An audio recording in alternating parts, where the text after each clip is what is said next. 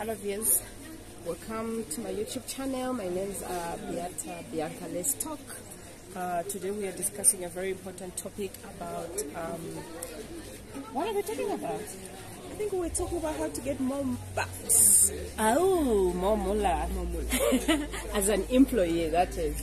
So today viewers, I'm accompanied with my friend Claudia. She's going to introduce herself very well, but just in brief, we are talking about moolah, which has to do with how to get a promotion at work. Sounds good. In a very reasonable, professional, psychologically and legal way, And strategically. So before I go any further and introduce everything else, please tell the viewers who the beautiful lady I'm sitting next to is. Hello viewers, hello Biatha. Hello. Biatha Bianca. Thank you for having me here today, Biatha. Thank you, Claudia. I think we're talking about a very important topic here today. Yeah. But before we get to that, my name is Claudia Moonde, and I am a business development professional. So I grow businesses. Okay. And then on the other side of the coin, I also have expertise in industrial psychology. Industrial psychology. So I consider myself very much a double-edged sword. Ha! Double-edged sword. I like that. Okay, viewers, today on the channel for BIANCA-LET'S, as Claudia has clearly put it, double-edged sword. We are talking much on how to get a promotion. But now, maybe before we are to indulge very much into the conversation, Claudia, what would you tell employee in from a psychological perspective, industrial psychology perspective? That's a very important question, especially depending on the time of the year that you're looking into working on that promotion that you want. Okay. We are towards the end of the year, and it's only natural that you are stretched out emotionally and physically. Okay. However, you need to realize that you need to put in a lot of mental and physical effort in working towards this promotion that you've targeted for. So when we are talking about mental, physical, all those elements, imagine you are talking to a person like Biatha who doesn't have a clue about industrial psychology or how to, all those things. How far can you go in telling my viewers on, how they can expand on their mental preparation? We're going on holiday soon. Right. Awesome. Back to the basics, guys. Getting yourself a promotion simply means you want to move to a senior role. Okay. And normally when you move to a senior role, it involves you. Champagne. Like when you move to a senior role, it entails that you are probably going to be more in a leadership position. Okay. And that simply means you need to acquire the skills that are required to look after other people beneath you, to coach other people, and to grow other people to be where you are. So at the end of the day, it's not just a matter of I want a promotion. You need to contain some qualities that are needed. Yes, you need to acquire good qualities. Are you a person who can look after a team? In essence, you are telling your boss that I can be that senior employee that can look after your company even in your absence. Now, also when it comes to a promotion, because like in a legal sense, from a labor background, you realize that a promotion, it's not an actual right, it is an interest. Why is it that? Because you find from the beginning of thank you so much. Okay, now this will distract you a little bit, so I'll move it here. Right. Okay, so cheers, Claudia. Cheers. Thanks. So you realize that from a labor background, in order for you to get a promotion, first and foremost, you need to understand that a promotion is not a right, it's an interest. The distinction between the two is a right is what is contained in the contract of employment from the beginning. So the employer is bound to do it. You as an employee, you are bound to do it. But when it becomes an interest, it was not there initially when the contract started. Now you are just bringing it to the attention of the employer, or the employer is bringing it to the attention of the employee that would like to do this and that. Now, when it comes to like a promotion, which comes obviously with the raise, it's an interest because it was never there. So if I can see the way you are saying from a psychological point of view, first and foremost, you would expect an employee to perform to a certain standard, which would motivate an employer to promote you. That's right. At the same time, you bear in mind to say it's not a right for you to be promoted, it's an interest. Yes. So when you are going to the supervisor or the employer requesting for a promotion, employees need to bear that in mind. What else would you add? That's perfect, Biatha. What you added is that it's not a promotion is not an entitlement. Because the notion we have, the myth out there is that the moment I'm done with my probation, I should get a promotion, a raise, or the moment I've exceeded a certain time frame in the organization, I should expect more money. That is not an entitlement, and you have to warrant for that. And that is why you say you have to work on your skills. You have to prove to an employer that you have grown within the company, and you have acquired new skill set compared to the time you joined the company. Started work. Yes, and also mental things that we spoke about, like resilience and agility, all those things that are needed to take on bigger tasks. What would you talk about resilience when it comes to resilience? What would you advise my viewers? When we talk about resilience, we are saying how do you take losses? Maybe you were leading a team and you guys had set certain targets and you didn't meet the target. How do you cross over those type of obstacles? Okay. And when you're knocked down by a certain project that didn't go well, how do you pack yourself together?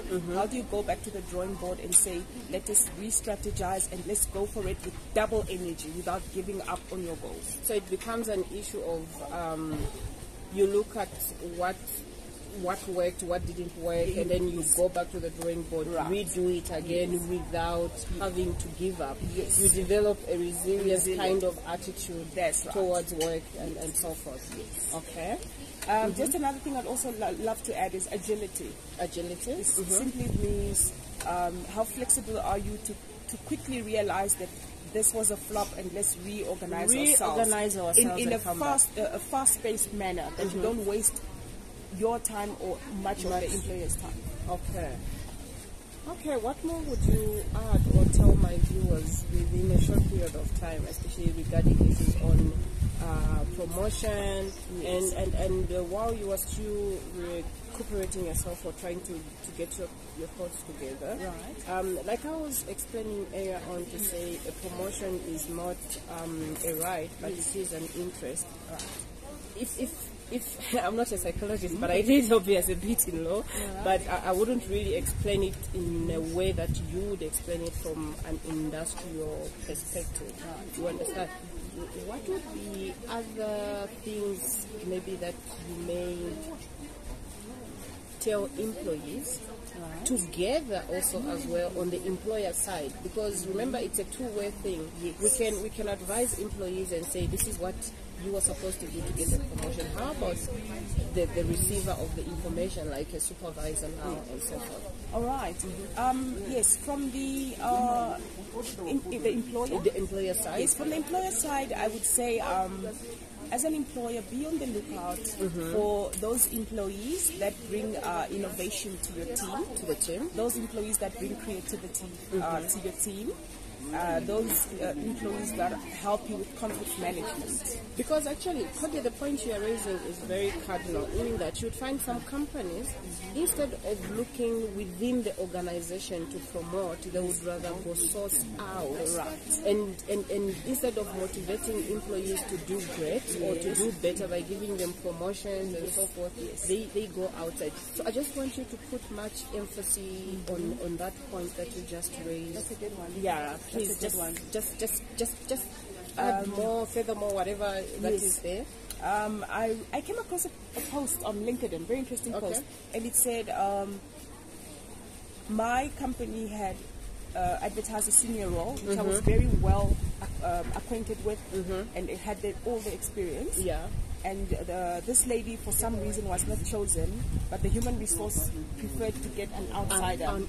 And the worst part was that she was asked to help this new person acquaint themselves within the organization, instead of giving already the employee who was already well acquainted with everything. You know, it's also a motivation actually in some way to make them work extra hard. So now you have two problems. You have an internal employee who's demotivated because they were not considered for the role, so already their performance is questionable. And you have another problem where there's time wastage because the new employee who comes from the outside has to be acquainted with the organizational structures. Okay. Viewers, today we are sitting at this very nice place. How do we pronounce the name again, Claudia? La Vega. La Vega. We are sitting at La Vega, beautiful place. You can come for coffee. I love their coffee, actually. It's very nice. You can come, their meals are nice, their drinks are nice. Oh, and the owner is so lovely. I love her food. She makes her own food. She's her own chef. The owner is the chef, so you know you're getting nothing but the best. But the best. Okay, yeah, let's keep up from where we ended. Did you want to add something again before I... Was it rudely interrupted or politely interrupted? Very politely interrupted. I guess if they want to know more, yeah, Biatha is online. I'm online. I'm also available. You can drop a comment and we'll attend on our video. And if there's anything else you would want us to discuss next time or more regarding this topic or anything more, because to be honest with you, one thing I've realized now just talking to Claudia is industrial psychology and law, they go hand in hand, especially when it comes to labor law. Yes. It helps you understand employers, it helps you understand employees, it helps a company also to look in a bigger picture, like some of the points that you were raising on an industrial perspective, which me as a lawyer did not even think about. Maybe I should implement that in my consultancy. Yes, you should. Definitely. Because at the core of your practice, at the core of my work, it's all about getting the most out of your human resource. Getting the most out of the human resource. In a respectable manner. In a respectable manner.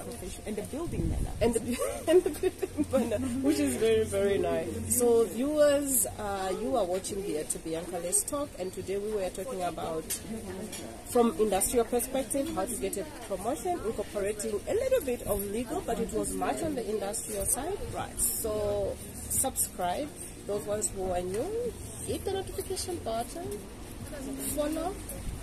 Once you hit the notification button, whenever I post anything, even with this madam here, or whatever we discuss, you're going to receive the notification and be able to at least learn more from this.